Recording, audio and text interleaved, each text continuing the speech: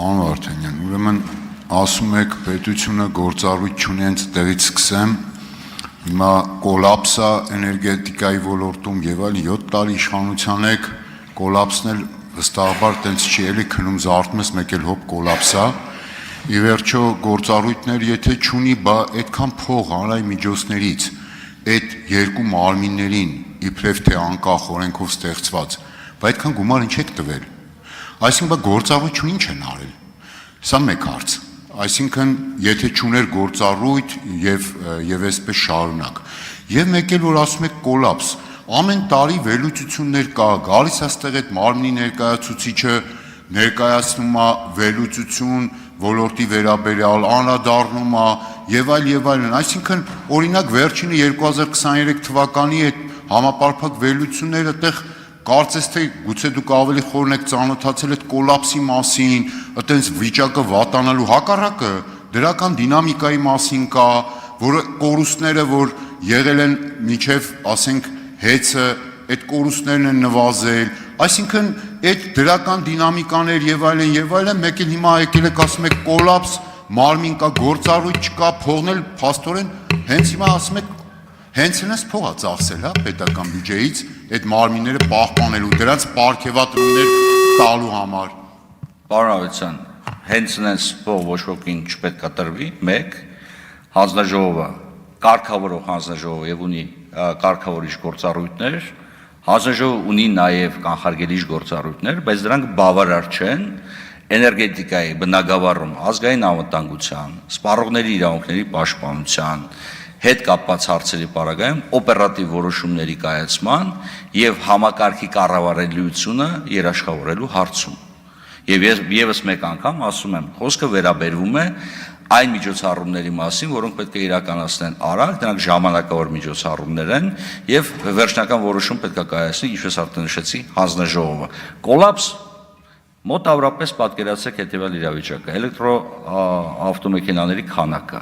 այն բոլոր սարքերի քանակը, որոնք աշխատում են հիմա հոսանքով։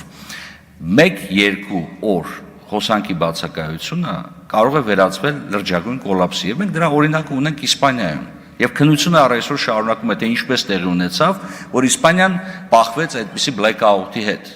Եվ դրա հետևանքները կարող են իրոք անկանխատեսելի լինել։ Հիմա ինչ չեք ուզում, որ պետությունը ունենա միջոցներ կանխարգելելու նման իրավիճակները։ Թակվի Թոմասյան։ Արձագանք կա։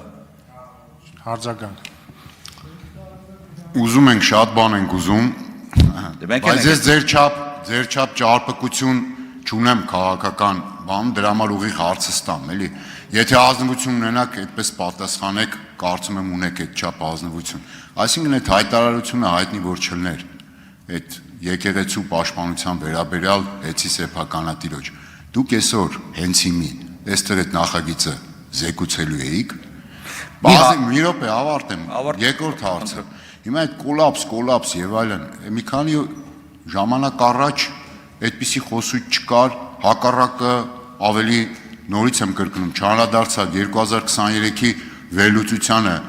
որքանով ես ծանոթ եմ, այդտեղ կոլապսի մասին չկա, դրական դինամիկայի մասին կա, 2024-ի հաղորդումն էլ եղավ, նորից այդպիսի կոլապսներ եւ այլն չկար։ Հետո բեցը, օրինակ, բարձրավոր էլեկտրացանցը, որ պետական է, չէ, կարծեմ։ Այդտեղ հեչ խնդիր չկա, այսինքն այսքան այս կոլապսի մասին, որ խոսում եք, sense բերել եք, ֆիքսվել եք մենակ հեծի վրա, նեղ քաղաքական վստահաբար դրդապատճառներով։ Այդ բեցը տենց նորմալ, որ դուք եք կառավարում որպես պետություն, այսպես նորմալ, հա։ Չէ, բայց դրա պատասխանատվությունը կրում է պետությունը, սա բեցի մասը։ Երկրորդը, մի հարցում ազնվորեն ձեր հետ պետք է համաձայնվեն։ Այո, շատ ժամանակավրեպ նախագիծը շուտ պետք է բերվեր։ 10 տարի առաջ, 15 տարի առաջ, 20 տարի առաջ այս խուժան սեփականաշնորհման գործընթացներ պետք է սկզբանե ուշադիր լինել։ Պետք չէր պետության մեջ պետություն կառուցել, դա առնու ձեր հետ համաձայն եմ, ուշացած է եւ ներողություն եմ խնդրում, որ ուշացրել ենք։ Ինչ վերաբերում է մնացած էլեմենտներին էներգետիկայի համակարգում, ընդունում եք, պարոն Ավետիսյան, որ սա ռազմավարական նշանակություն ունեցող ենթակառուցվածք է, բայց ռազմավարական նշանակություն ունեցող կառուցվածքը կարա հայտնվի մասնավորի, ել չեմ ասում ընտանիքի ձեռքում։ Մեկ այդպիսի պետություն ենք ուզում ձեզ հետ։ Դաշնակցության գաղափարական հենքը